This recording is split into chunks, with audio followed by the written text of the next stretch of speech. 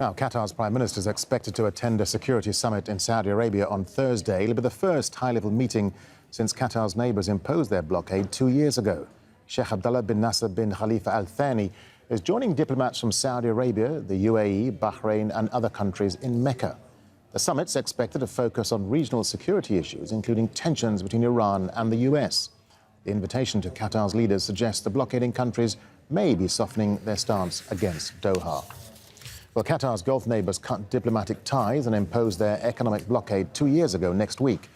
The blockading countries include Saudi Arabia, the United Arab Emirates, Bahrain, Egypt and others. They accuse Qatar of supporting terrorism in the region and made a series of demands to end the crisis. Qatar's leaders have always strongly denied the accusations. Well, Marwan Bishara is Al Jazeera's senior political analyst and joins us live now from London. So just talk to us about Qatar and what Qatar's involvement is in these three meetings in Saudi Arabia, Marwan. Well, look, they received an invitation once and twice, and this time they decided to attend. It's an important beginning. It's an important step towards perhaps some sort of reconciliation of sort. But certainly it's important because there is a Gulf Summit, and Qatar is an important member of that regional council called the Gulf Council. And it's important to attend because they were invited and because apparently Saudi Arabia and its satellite countries, the United Arab Emirates and Bahrain, have basically run out of ammunition, if you will. And certainly after 2 years of stalemate, their ploy against Qatar has basically failed. And now everyone is trying to see if there are new scenarios, new options to explore. And I think the three summits, especially the Arab and the Gulf summits taking place there, I think it's important to attend and to see where the things go. And Marwan, let's just talk about Iran, because Iran will undoubtedly be front and centre in all these discussions in those three big meetings that you just talked about. Is there a unified position on Iran amongst Arab leaders? And if not, will they achieve any consensus on Iran? There is no consensus among Arab and Islamic countries on Iran. Certainly not behind the Saudi position on Iran.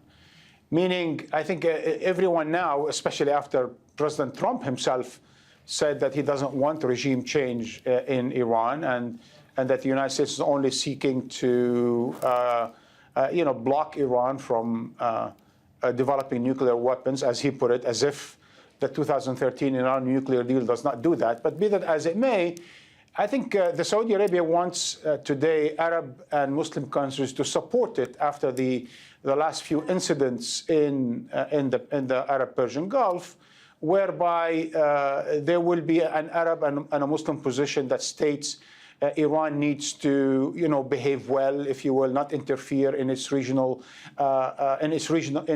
within the region or within neighboring states, and so on and so forth. Now, it's clear that there are a whole host of other very, very important priorities in this region, such as the war that is going on in Libya, apparently with the tacit support of Saudi Arabia and the United Arab Emirates. There's the war in Yemen that's gone on in its 4th year. There's certainly, as we said, the Gulf crisis, but there's also the wholesale confiscation of Arab and Palestinian lands by Israel. Okay. There's the ongoing war in Syria. So really, there's lots on the agenda.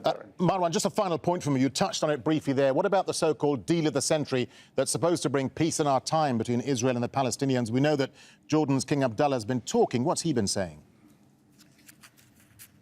Well, certainly, Jordan doesn't want to be the so-called alternative homeland for the Palestinian people, now that the Americans are making their position clear that they do not want a two-state solution in independent, sovereign Palestinian state. So I think what we're going to need to pay attention for the next 48 hours is, one, what will the Jordanian king say? But I think more importantly, what will the Palestinian president say? Will he put the participants on notice that anyone that participates at the end of June in the Bahrain workshop in support of the deal of the century, that they are enemies of the Palestinian people or not? I think the speech tomorrow by the Jordanian king and the Palestinian president will be something to look for. All right, Marwan Bishara, Al Jazeera senior political analyst, thank you for talking to us.